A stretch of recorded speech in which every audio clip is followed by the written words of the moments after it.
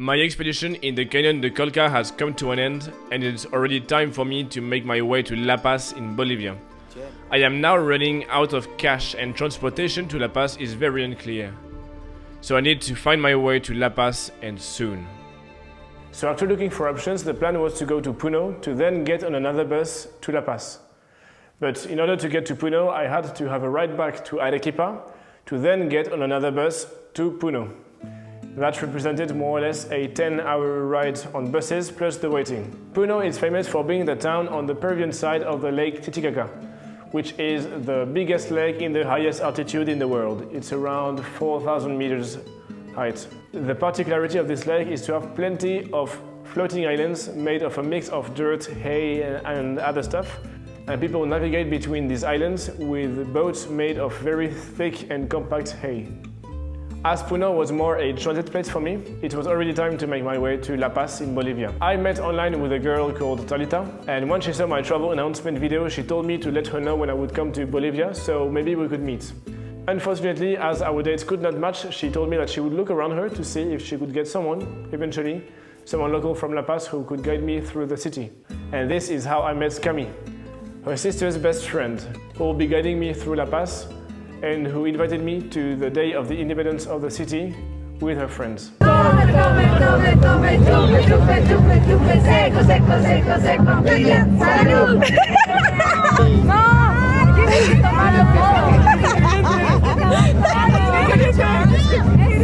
For the historical note, as you know, Latin America is called so after the Spanish and Portuguese invaded the continent quite a while ago.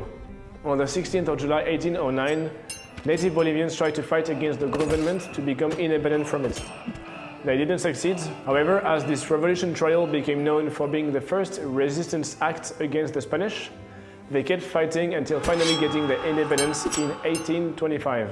The big fiesta in La Paz was then to celebrate this first revolution trial on the 16th of July.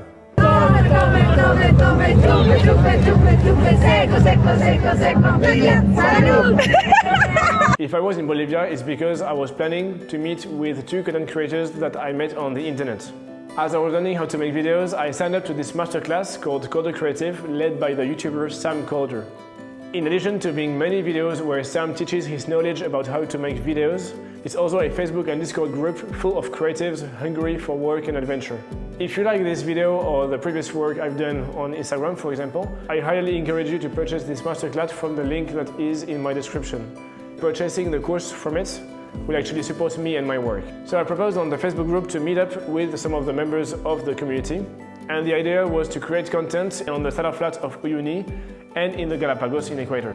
I got quite some response, so I decided to go with Adam Carofa and Dave Matterson, as I wanted to keep the team small for just being more convenient, because I also thought that by being 3 or 4 it's just easier to complement each other rather than stepping on each other's feet. After staying for 2 days in La Paz, I finally met with Dave and Adam. For the anecdote, I had altitude sickness, so I completely passed out the night before Dave was supposed to arrive. Okay, so this is a test. So here we have Adam, here we have Dave, and this is the official start of the vlog. Getting the gear ready, and then we go to the wish market. Ready to go. So what is the wish market, Adam?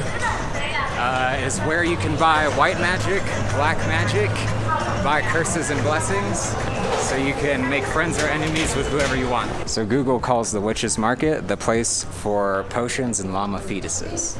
So we didn't actually find or even look for one, if I'm honest, but here's an example of a dried llama fetus just for your curiosity. So we entered this little shop in the street and got attended by this old woman. ¿De qué país, amigo? Yo soy de Francia. Ah, bienvenido, joven. Entonces no puedo Y 85 entonces. Ya, ahorita te doy cambio. Hacer prueba. Ahora, así también hay, pero esto es rústico. So there we bought some scarves, gloves and so on. And Adam tips the woman. We were not expecting such a reaction from her, so... Tengo una gorrita. Yo voy a comprar esos. Está bien, es para ti. Gracias. Yo comeré con eso. ¿Te puedo dar un cariño, por favor? Ya, gracias. Gracias. Me as well. Gracias, amigo. Our final step before being ready for the adventure was to get a new coat for Dave. So we had the opportunity to use the cable cars where Adam and Dave saw La Paz from above for the very first time. In the meantime, I tried my best to tell them about the story of La Paz with this Independence Day, but on the 15th of July, there is the Independence Day of La Paz. Happened many years ago. Why the Day of the Independence? I didn't learn my scripts before, so I didn't really know. Okay, we were finally ready to go, so we went to the terminal bus of La Paz. And just before entering on the bus, Adam gets his credit card swallowed by the machine. So yeah, we had to say goodbye to Adam's credit card and get on the bus for Uyuni without Adam's credit card. Okay, we just got in Uyuni. Voilà, il fait froid. Good. Slept through most of that. That is very good. It's nice and warm outside. Ah! Is that our dude? Huh? Is that our yeah, guy? just over there, yeah. We finally arrived in Uyuni, where we met Richard Ali, who is going to be our guide for the next couple of days. This is the jeep for the trip. Hello, Richard. Hola, amigo. Hola. It's kind of funny because Richard is literally an English name, and Ali, I think it's Arabic, and he's Bolivian, so it's like a mix of origins. I don't know if it's something normal in Bolivia to have names from different kind of cultures, but Richard Ali was going to be our guide.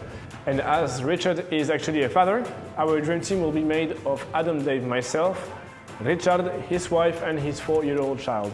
So the desert in Bolivia is, how can I describe it?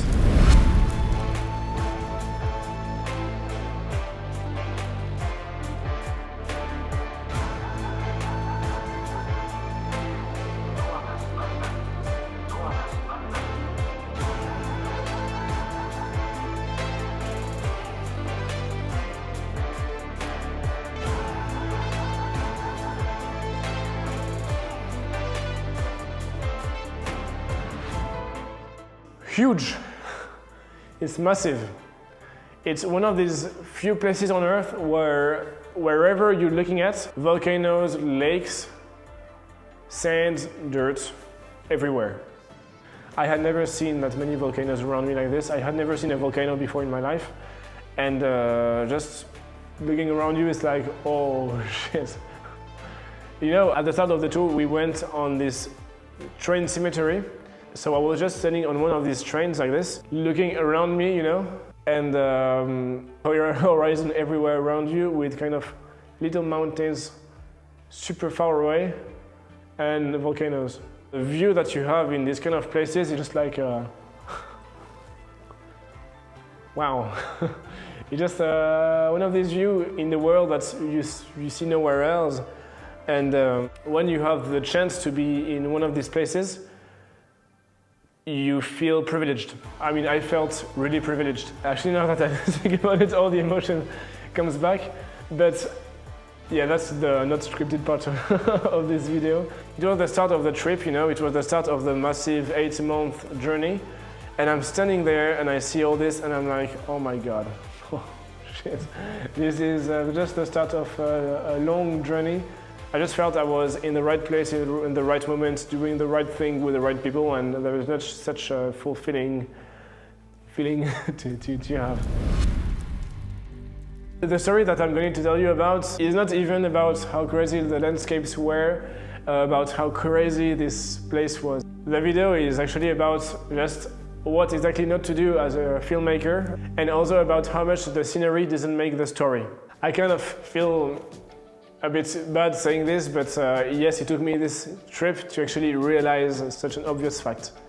But sometimes you have to do big things to actually understand how things were supposed to be at the start. So let me explain the situation. Adam, Dave, myself, we had a lot of meetings before this trip, and our idea was to try to get a brand deal with any brand that would be related to travel and adventure. The idea was to try to get a brand sending us an article that they sell, to then showcase this article wherever we can be in this tour, and to get in exchange a funding of our expeditions. So we just didn't get any response from any brand, and from that point we just decided to go run and gun. It means that you go on the place and you see what you have around you and you just shoot whatever you think might be good. It was kind of a B-roll factory without really any goal that we were thriving to. The B-roll are used to illustrate what I'm saying or what the narrative is telling. If I speak about I went on an adventure in Bolivia in the desert, and then you see all this drone footage, these are B-rolls. And they just help to make the story a bit more immersive. So what we did with Adam and Dave was basically having no clear storyline in mind. It doesn't have to be someone speaking to a camera. For example, a lot of cinematic videos showcase someone visiting a place and showcasing the beauties of the locations they are evolving in. In our case, we had no idea actually how to execute such a concept. So we just tried to do like B-rolls for each other, you know, someone looking to the horizon and stuff like this. But without a clear storyline, it was basically shooting for shooting without really a purpose behind it. Although it's a bit personal, but yeah, I think you just let's say it. No acting. But yeah, I feel like what we're doing here, this right here is the story for me, because it's just natural. There's no like pulling from all the directions of like, let's tell the story about this, let's tell the story about that. Honestly, it seems like we're three dudes here that want a film career and we don't know what that looks like yet. Yeah. We might have an idea or a rough guesstimate of what that is, but if we really knew 100%, we would be doing that. We wouldn't just be in Bolivia shooting. Like, because that's what we're doing. We're just in Bolivia shooting. So yeah, at that point, I didn't really know how to do things better, but at least I knew what not to do, and that's already something to know, you know. On the last day of our expedition, we finally made it to the salt flat of Uyuni called El Salar de Uyuni. It's the biggest salt flat in the world and it sizes around 6,500 square kilometers. I wanted to go there because it's simply one of the sickest places on Earth and also because it's a very famous spot in the filmmaking industry. In Europe's winter, Bolivia is in the wet season, meaning that the salt flat of Uyuni becomes flooded and as a consequence becomes the largest mirror in the world. So it just feels like you have a sky above and below. It's just like full sky. So we went during the dry season, meaning that we didn't have this massive mirror. However, we had all the shapes and textures and cracks of the salt. But again, the scenery doesn't make the story, so you can already imagine what kind of shots we made from there. That being said, I still have something quite cool to tell you. So I was flying my drone following the car in the desert. The salt is completely white, giving a massive light reflection. When we were in the car, it was super difficult to see where the drone was in the sky because I just couldn't see my phone on the screen. The screen was so bright, like I just couldn't see anything. So I saw like a little black point getting further and further on my screen, which was the car, but I just couldn't follow the car. So I asked Richard if he could actually slow down to maybe stop, you know, so I can bring the drone back to us. And I wasn't even sure that the drone was still moving. So my idea was to go lower to the ground so I could see all the shapes of the salt moving, and that would just be a proof that the drone is effectively getting closer to us. And I realized that I was getting closer and closer to the car, which was good news. So I see on my screen 100 meters, 70 meters, 50 meters, 30, 17 meters. And when I saw 17 meters, I thought, okay, now maybe just try to lift it up again. If it's falling too fast, maybe I will just crush it. I lifted the drone. The drone didn't take off again, and it just poof, white screen. I just crashed my drone on the flattest surface on Earth. So a couple of hours later, we reached the staircase to the sky. It's famous for linking the Earth to the sky in the wet season when the flat is just a massive mirror. There was one photo that I wanted to get from this staircase, and because my drone was dead, I had to ask Dave if he could make the shot for me. So I told him, just place yourself, you see the staircase like this, you just go like this, and I want to see just like little me over there with the sun in front of me like this, you know, just this shot, you know. So we made these shots together, and I submitted these shots to an international photography contest run by Life Framer, and I actually won. Not the first place though, but I was part of the 20 submissions shortlisted. The judge was Steve McCurry, that I didn't know at the time, and I just learned who he was a bit later. Steve McCurry is actually one of the most important travel photographers in the world. just this. And he actually commented my photo, gave me a feedback. So although this journey through the deserts of Bolivia, we didn't go really as planned just because of these B-rolls and stuff like this, you know? It's just maybe because we had no plan. What I learned by this is just craft a story before, know what you want to do, and when you're on set, you have to execute what you have already planned to do. But in the end, it's just by making mistakes that you learn how to do things better. The scenery doesn't make the story, plan your shoot before you shoot. As we were done with our adventures in Uyuni, it was time to make our way to Potosi, famous for their mines. Nos vamos a buscar un lugar para hacer la detonación. Bien. Toma.